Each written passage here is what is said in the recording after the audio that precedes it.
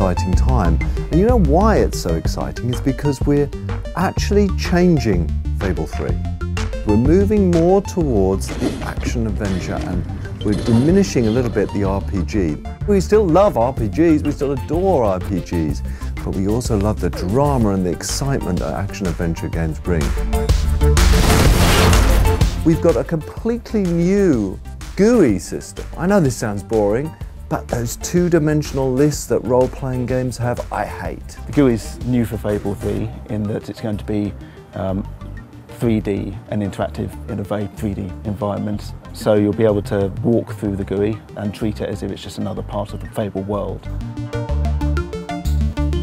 Here's a level that's had a little bit of polish put into it with nice buildings which pop up to show you that you can have a little look at them.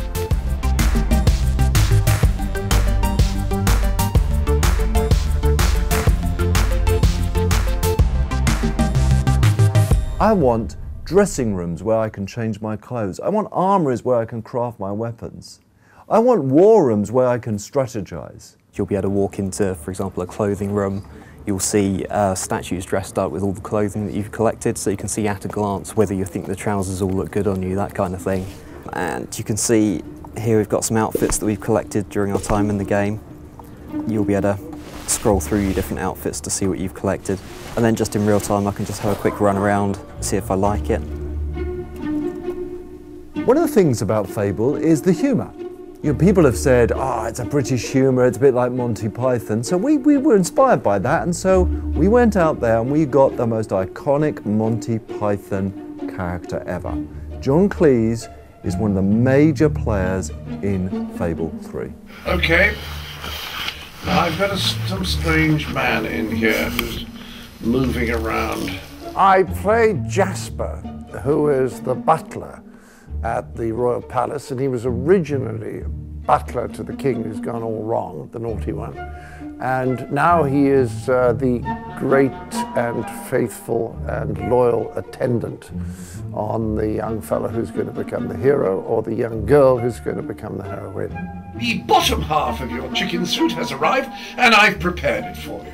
Yes, this is exactly the sort of future I imagined for myself when I got into butling.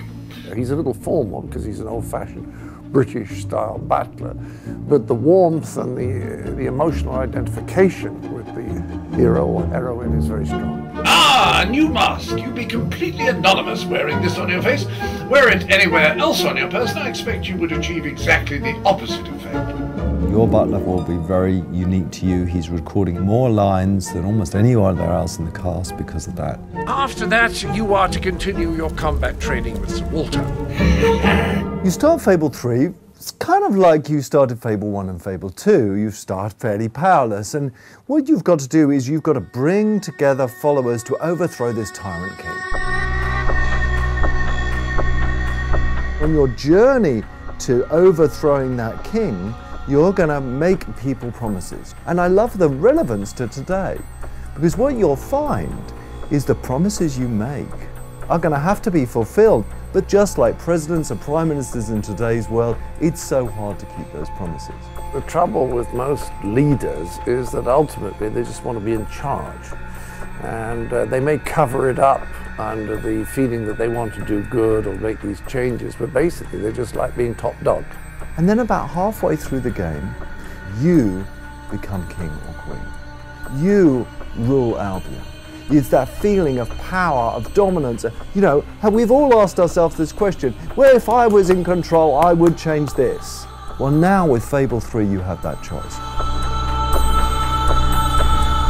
As I play through Fable, sure enough, the experience is what the Fable fans will love, absolutely.